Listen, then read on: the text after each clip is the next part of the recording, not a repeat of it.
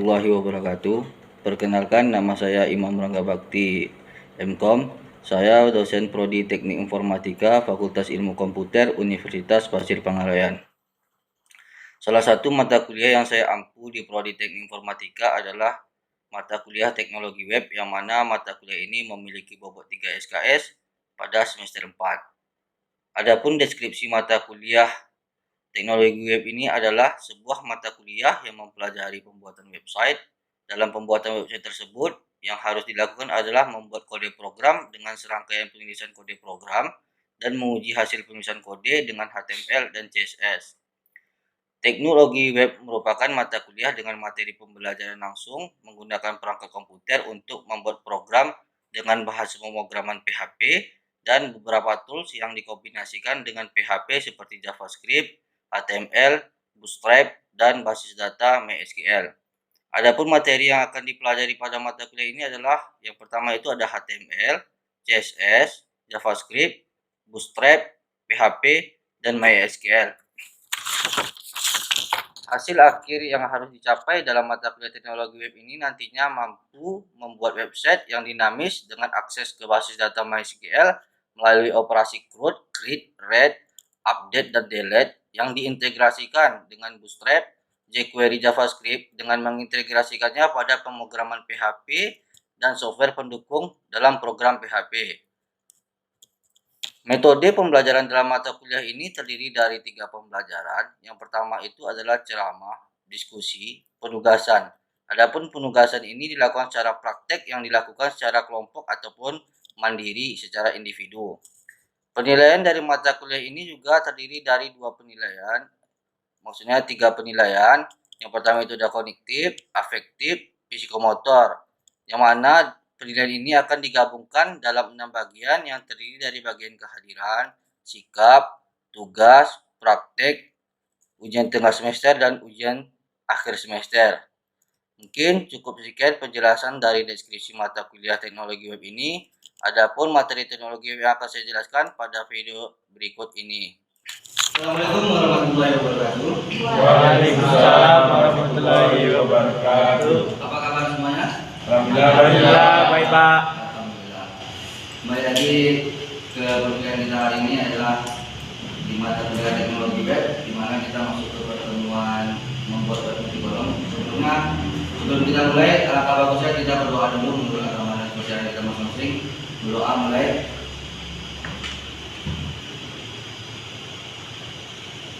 Selesai. Jadi gimana? Sehat ya?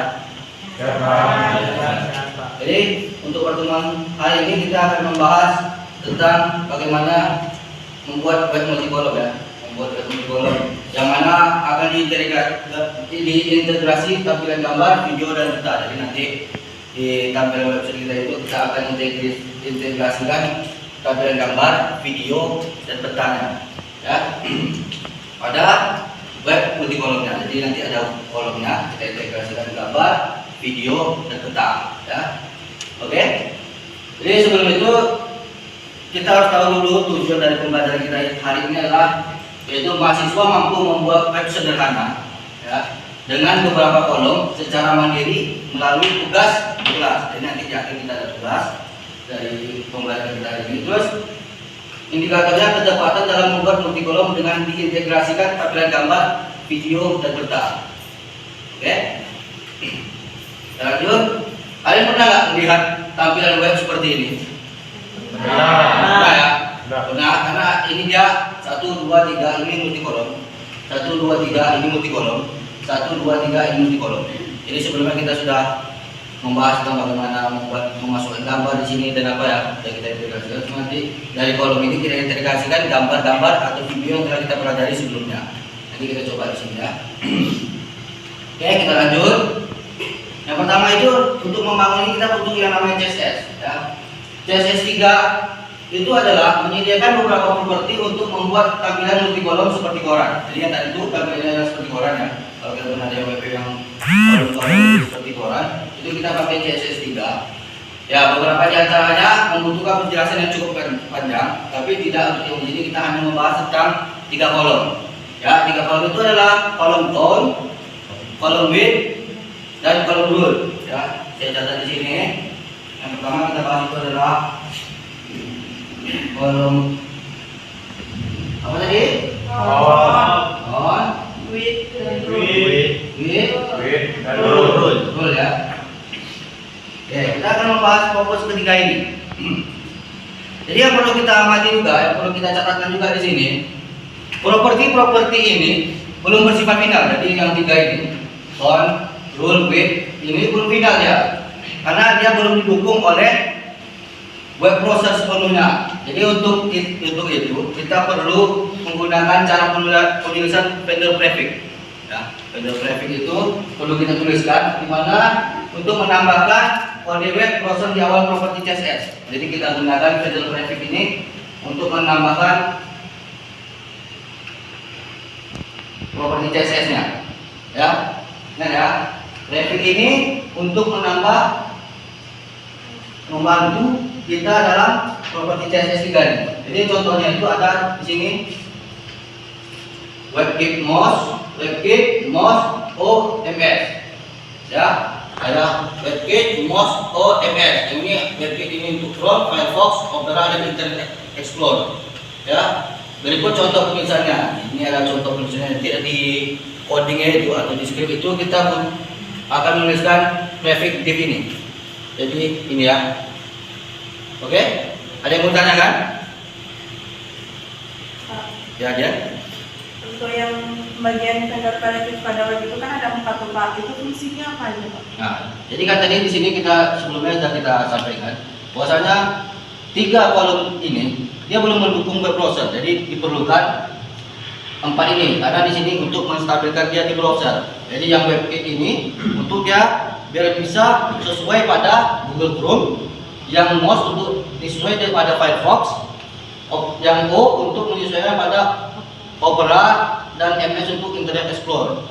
Nah ya, untuk WebKit, Mouse, Opera, MS. Jadi bisa diingat ini ya, Chrome, Firefox, Opera, dan Internet. Jadi saya catat di sini. Itu ada 4 ya. Ada 4. Apa tadi? WebKit, Mouse, Mouse, MS. MS. Ya, ada 4 itu ya. Jadi ingat, ini ada pemilihan CSS vendornya. Jadi udah ketentuannya seperti ini ya. Oke, saya tanya dulu ya. Untuk Fares, properti tadi yang 3 tadi apa aja? Yang pertama itu kolom count yang untuk properti Pak. Iya. Oh itu vendor prefix. Oke, yang untuk itu kolom 3 properti itu? Kolom count, kolom width, kolom row. Oke. Oke, paham ya sampai sini? Paham ya, kita lanjut. Jadi yang akan kita bahas pertama itu adalah kolom count, di mana kita akan membagi dia berdasarkan jumlahnya. Ya, jadi kita akan bagi dia berdasarkan jumlahnya.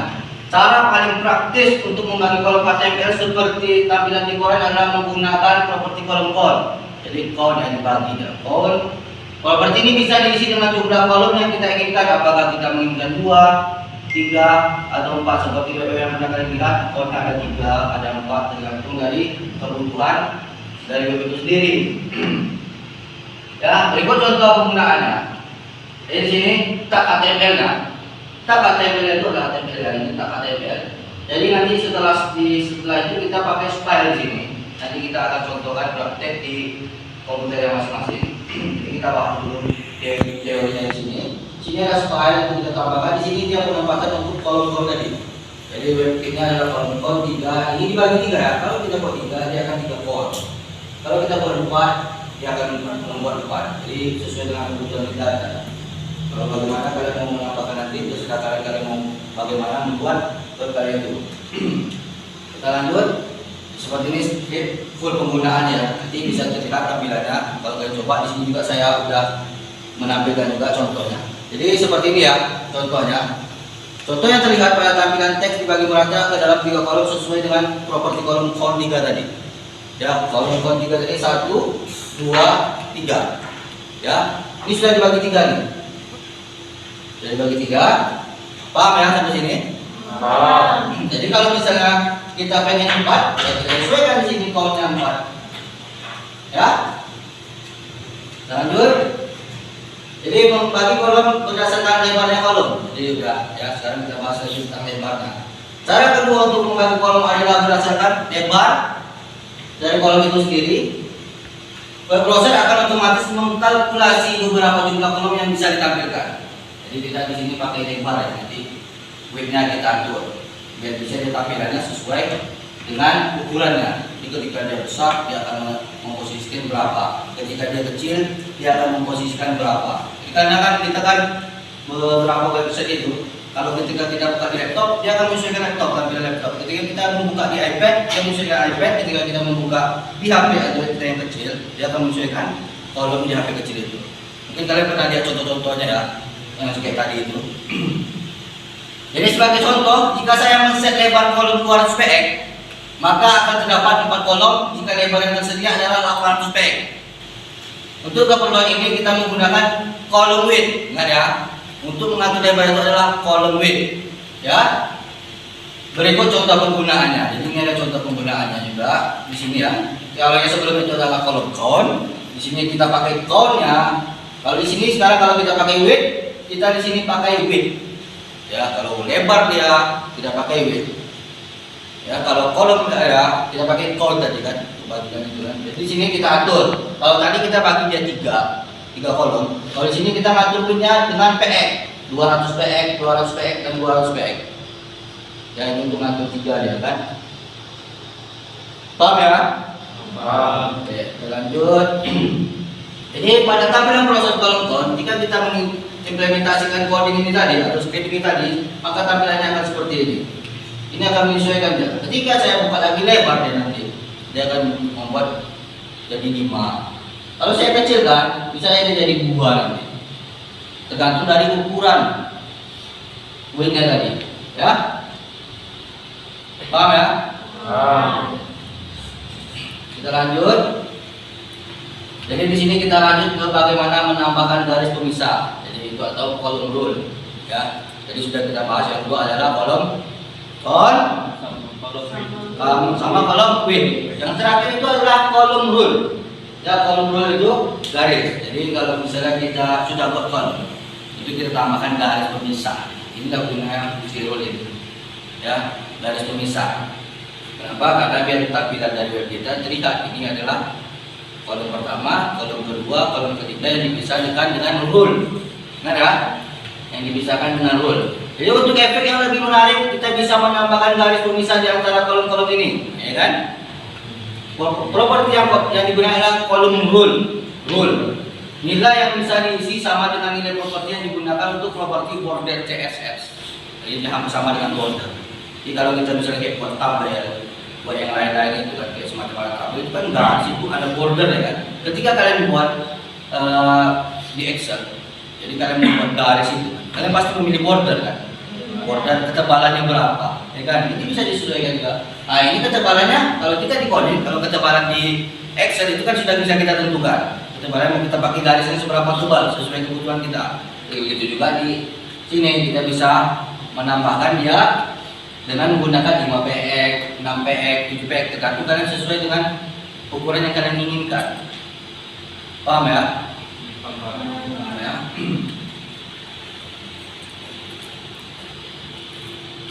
Ada yang mau tanyakan apa ini? Ada yang mau tanyakan? Ada yang mau tanyakan? Kalau nggak ada kita lanjut sedikit. Ini ya double black, jadi 5px double black. Jadi 5px itu dengan ketebalan double black. Double tebalnya hitam, jadi warna hitam ya. Double black hitam. Nah, ya. Oke. Saya tanya dulu untuk Wisnu. Untuk garis pemisah itu disebut apa? Kolom rule. Oke. Kalau untuk pembagi? Kolom count. Kalau untuk mengatur lebarnya? Kolom width. Oke. Bagus. Terima kasih Wisnu ya. Kita lanjut ya. Sampai sini paham ya? Paham. Kita lanjut. Nih, tadi kita sudah sampai di sini. Sekarang kita coba contohkan script fullnya kayak ini ya. Jadi ketika kita pakai count tadi, jadi itu dikombinasikan.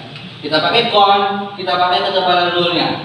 Ya, kita pakai kon, kita pakai ketebalan rollnya di sini. Rollnya 3 dengan 5 pH double black. Nanti akan tampil seperti ini ya. Nih. Jadi akan tampil dengan 3 kolom dan ada garisnya. Ada garisnya. Nah, ya, ada garisnya di sini. Kelihatan ya? Kelihatan ya? Jadi properti kolom roll 5 pH double black akan membuat sebuah garis pemisah dengan tebal 2 piksel. Di antara setiap kolom. Selanjutnya kita akan mencoba integrasikan dia tampilan gambar, video dan peta pada setiap kolomnya. Jadi kita coba di sini ya, integrasikan gambar di kolom 1, video nanti di kolom 2 dan peta di kolom 3. Paham ya? Kita lanjut ya. Jadi kembali ke materi sebelumnya, kita sudah belajar tentang bagaimana menambahkan gambar. Jadi cara mengintegrasikan gambar pada kolom yang kita buat sebenarnya tidak terlalu sulit karena kita sudah belajar. Kita hanya perlu menambahkan tag HTML IMG sebagai pembantu untuk mengambil gambar. Ingat ada IMG. Berikut contoh screennya. Jadi kita tambahkan IMG SRC. Jadi ini gambar HTML5 ini sesuai dengan gambar apa yang kita inginkan atau nama gambar yang kita simpan. Terus ayatnya gambar HTML5 itu atau keterangannya ya. Terus height-nya 200, width-nya 100. Ini kita atur height-nya 200, kita atur lebarnya 100. Ya, nanti akan tampil ya gambarnya ukuran 200 dan 100. Script di atas cukup diletakkan pada sela-sela script paragraf. Dan untuk HTML5 PNG sesuaikan dengan nama gambar yang nantinya akan dipakai. Jadi di sini saya pakai HTML5 PNG karena nama gambar saya HTML5 PNG. Ya, paham ya sampai sini? Lanjut.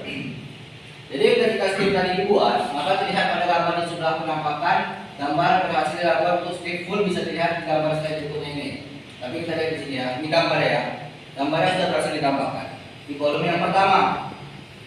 Ya, nanti kalau untuk video dan mapnya kita coba integrasikan di kolom kedua dan ketiga. Ya, jadi di sini paham ya untuk penamaan gambarnya. Oke, untuk full screennya itu adalah seperti ini. Jadi di sini kita sudah pakai yang tadi. Kita pakai double black rule-nya.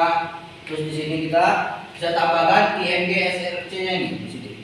Kita pakai P paragraf untuk menggambarkan gambarnya. Ya, kita sela-selakan di paragraf itu. Oke, kita lanjut. Jadi kesimpulan di sini ya. Jadi kesimpulannya pada materi kita hari ini adalah tampilan halaman yang seperti yang kita bahas di sini. Kita bahas ini memang tidak banyak digunakan. Jadi pada web umumnya itu tidak banyak digunakan. Karena salah satu alasannya adalah properti CSS3 multiply kolom ini masih sangat relatif baru dan belum didukung oleh banyak web browser. Makanya kita tadi ketika penambahan layout tadi itu kita pakai vendor private-nya itu kita pakai karena untuk membantu ini, ya kan? Namun jika tanpa CSS3 ini efek seperti ini cukup sulit dibuat. Nah, jadi ingat ya, kalau nggak pakai CSS3 yang ini efek seperti ini sulit dibuat ya. Nah, itu dia membantu CSS3 nya. Jadi berbeda sama CSS biasa. Ya. Paham sampai sini? Paham ya. Oke. Jadi materi kita hari ini cukup sampai di sini. Sampai di buat IMG tadi. Tapi saya jelaskan ini. Dan untuk video serta mapnya itu adalah tugas kita. Iya, sudah kita lakukan. Silakan lanjutkan untuk pembahasan integrasi video dan mapnya. Jadi kita kerjakan bareng-bareng di sini tugas kita dan kalau tidak selesai kita jadikan tugas di rumah. Tapi sambil kita kerjakan di sini sama-sama, nanti jika ada yang ditanyakan bisa kita diskusikan lebih lanjut. Nah ya tugasnya, ini tugasnya. Terima kasih. Jadi untuk pertemuan kali ini kita lanjutkan dengan tugas. Sebelum lanjut dengan tugas itu, silakan absen dulu lagi sematnya masing-masing ya. Silakan absen dulu di sematnya masing-masing. Cara tugasnya itu nanti disesuaikan aja sama itu. Nanti kita bisa lihat perbedaannya. Di sini kita bisa tambahkan stylenya. Bisa kita coba nanti di situ kalau diedit baru dilihat di perusahaan kita. Jadi mas seperti itu enggak ya? Ini enggak. Jadi nanti kalau ditambahkan di kolom apa itu ada video dan gambar. Oke ya. Oke, silakan dikerjakan dulu sambil saya menunggu ya. Kalau yang sudah selesai atau ada yang ditanyakan nanti Silakan tanyakan sama saya.